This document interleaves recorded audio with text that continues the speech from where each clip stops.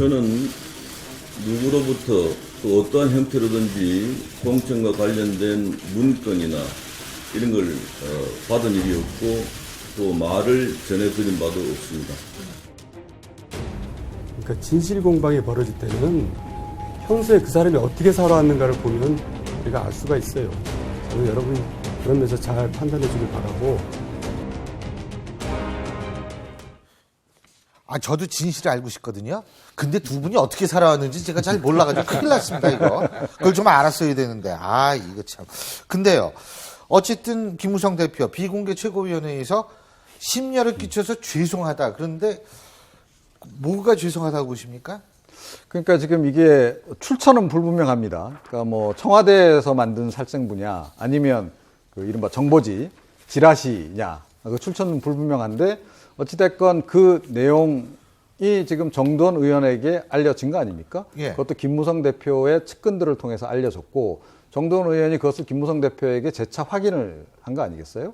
그 과정에서 김무성 대표가 그런 그 명단에 대해서 굉장히 불같이 화를 냈다는 얘기가 지금 나오고 있고, 자, 여기서 지금 핵심은 그 문건이 과연 어디서 만들어졌느냐도 중요하지만, 그러니까 왜 김무성 대표가 정두원 의원의 옆구리를 찔렀을까? 사실은 그 부분에 지금 더 관심이 지금 많이들 가는 거죠. 뭔가 정치적인 이유가 있지 않느냐. 아하. 결국은 김무성 대표가 뭐 좋게 이야기하면 본인의 어떤 상향식 공천을 관철시키기 위해서 또 친박계의 이른바 진박 공천을 좀 막아내기 위해서 일부러 그 친이계 정도원 의원에게 그런 것을 좀 정보를 좀 준 거 아니냐. 그런 얘기가 좀 많이 나오고 있는 거고요. 예. 사실은 대표 입장이라면 예. 어떤 형태의 문건이든 간에 사실은 본인이 받았더라도 함구하는 게 맞지 않겠습니까? 이 공천 국면에서. 예. 그거를 사실은 뭐 어떤 형태로든 본인이 직접 안 흘렸다 하더라도 측근들을 통해서 밖으로 외부로 나갔다. 예. 그 부분에 대해서는 사실은 대표로서 분명히 사과를 해야 될 지점이죠. 자, 여기는 지금 이 자리에는 수사 전문가도 계시고, 여기는 또 부장판사 출신도 계시고, 우리가 좀 더 접근하기가 쉬울 것 같은 생각이 들어요. 간단하게 3대 미스테리를 우리가 한번 이 문제에 대해서 제가 생각을 해봤습니다. 첫 번째 미스테리.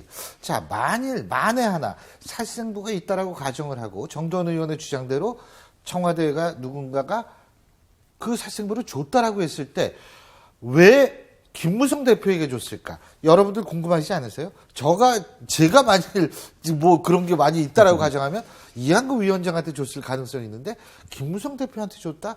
첫 번째 미스테리입니다. 두 번째 미스테리. 김무성 대표와 정두원 의원이 그 정도로 가까운가? 와, 불러가지고 두 번씩이나 한 번은 아는 사람 시켜가지고 얘기 한 번 해주고, 다음에는 물론 뭐 정두원 의원이 갔는지 그건 모르겠습니다만, 또 한 번 얘기해주고, 그렇게 가까운가? 이 부분이 전 궁금해요. 뭐 가깝다면 할 말이 없는데. 세 번째 미스테리. 그렇게 가까우면, 가까운 사람이 날 위해서 해준 얘기를 언론에다 얘기해준 의도는 과연 그럼 무엇일까? 이게 사실 꼬리에 꼬리를 물고 있습니다. 자, 이 세 가지 미스테리를 종합해 봤을 때 김복준 박사님 예. 수사 이 전문가로서 어떻게 보십니까? 뭐 이건 수사 대상이라는 얘기는 아닙니다만 근데 미스터리니까. 저는 예? 수사하는 사람이라요. 원래 수사하는 사람은 증거가 있어야지 수사에 착수를 하는데요. 가장 기본적인 건 살생부가 지금 현존하지를 않아요. 네. 살생부가 현존하지 않으면 수사에 착수를 못 하거든요. 그래서 이제 기본적으로 그렇고 일단 저 세 가지 진짜 수사 실력. 세 가지 빼놓고 그러면 자, 서로 상반된 진술을 하고 있다. 그러면 가장 흔하게 쓰는 수사 기법이 대질신문이에요. 예. 근데 대질신문도 또 수사하는 과정에서 어느 한쪽이 원하지 않으면 또 할 수 없습니다. 그러니까 대질신문도 내가 볼 때는 불가능할 것 같고요. 예. 이제 마지막 남은 방법이 거짓말 탐지기 방법밖에 아하. 없어요. 근데 저는 이 두 분 다 거짓말 탐지기가 실효성이 있을지 여부는 좀 판단해 봐야 돼요. 거짓말 탐지기 원리 자체가 거짓말하는 사람이 양심이라든지 죄의식을 느껴야지 호흡이 가파지고 맥박이 뛰고 땀이 나거든요. 근데 이분들이 국회의원분들이 대한민국 국회의원분들이 땀나고 맥박이 심장이 뛰고 세니까. 호흡이 거칠을 찌는 의문입니다. 근데 예. 제가 또 이런 말씀 드리면 우리 신유께서 화낼지 모르겠는데 아니요, 괜찮습니다. 그 사람들 마음을 모르기 때문에 예. 외부에서 나타난 사정을 가지고 추정하는 수밖에 없지 않습니까? 예. 그렇죠. 그런데 그러면 이게 터졌을 때 누가 가장 이익을 보고 누가 가장 손해를 볼 것인가 역시. 이걸 먼저 예, 따져한다는 예, 거죠. 예. 이 문제가 터짐으로써 이익 보는 사람 누굴까요? 제가 볼 때는 정두원 의원은 이익을 받고 이 문제가 터짐으로써 김무성 대표는 사실이건 아니건 간에 가장 타격을 입을 사람입니다. 이게 만일에 살생부가 있고 그게 청와대건 어디서 전달이 됐다면 그렇지 않습니까? 예. 그렇기 때문에 그 정두원 의원은 왜 이익을 보느냐. 이게 나오면요. 이 이름이 딱 그 정두원이라는 이름이 그 살생부에 있다고 한 게 전해지고 나중에 공천에서 실제로 배제되면요. 청와대가 이 그 공천에 관여하는구나.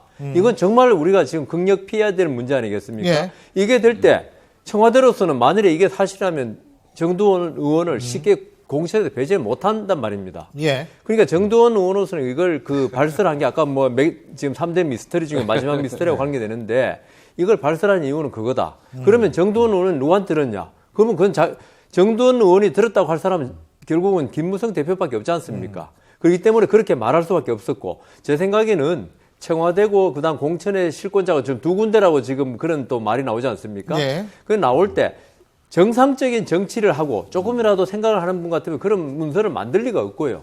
있어도 구두로 하지. 이걸 증거를 남겨놓을 리가 없죠. 그리고 있죠. 기본적으로. 근데 그거 40명이라면 그게 많이 사실이라고 하죠. 그러니까 찌라시는 있을 수도 있죠. 근데 사실은 문서를 만들죠. 청와대 발문서라고는 안 만들었을 거란 그렇죠. 말입니다. 공식적으로. 그래서 제 생각에는 이게 만일에 그런 일이 있었다. 40명을 배제한다 그러면 있죠. 지금 사실은 상향식 공천 이 문제 가지고 지금 친박하고 김무성 대표를 비롯한 비박계가 첨예하게 맞서고 있는 마당에 서로 타협을 해야 한다고 이게 사실. 40명이란 거는 좀 이 사람은 빼야겠다. 그러면 김무성 대표로서 이 사람은 꼭 넣어야겠다. 아니면 친박 중에서 오히려 뺄 사람이 있다. 이렇게 마주칠 거란 말입니다. 그러면 서로 어떤 비밀리에 대책에서 타협을 하는데 비공개적으로 비밀리에 타협을 하지.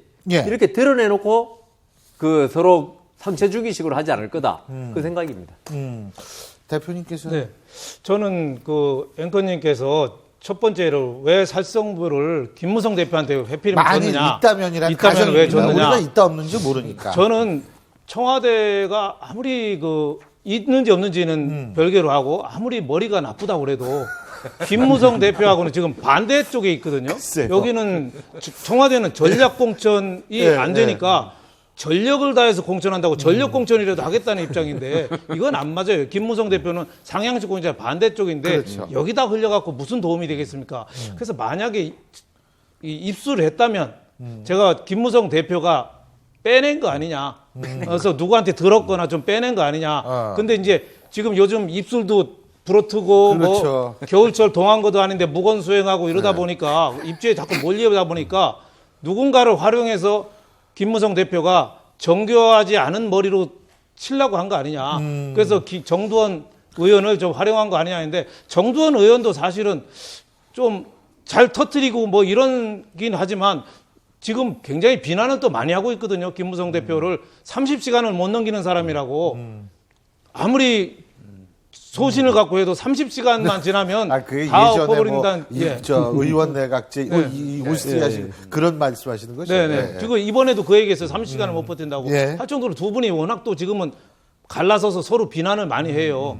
그래서 제가 보기에는 이번 건은 김무성 대표의 그 치밀하지 못한 이중 플레이 아닌가. 저는 이런 생각이 좀 근데 많이 어쨌든 듭니다. 본인의 리더십은 타격을 받았다. 어떻게 보십니까? 그런 분석도 있던데? 만약에 말입니다. 청와대 쪽에서 누군가가 예. 이런 문건을 김무성 대표에게 전달을 했다면 예.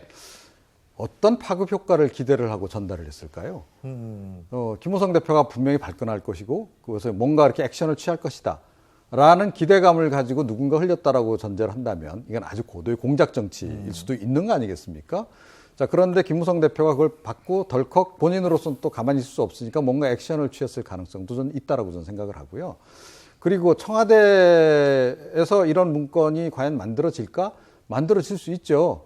그러니까 과거에 지난번에 사실은 정윤회 감찰 문건 관련해서도 청와대에서 얘기한 거 아닙니까? 찌라시성 이렇게 정보 모아서 만든 그런 거다. 공식 문서는 아니고 네. 자, 그런 문건을 그렇다면 청와대에서 계속 만들 수도 있는 거 아니겠어요? 예.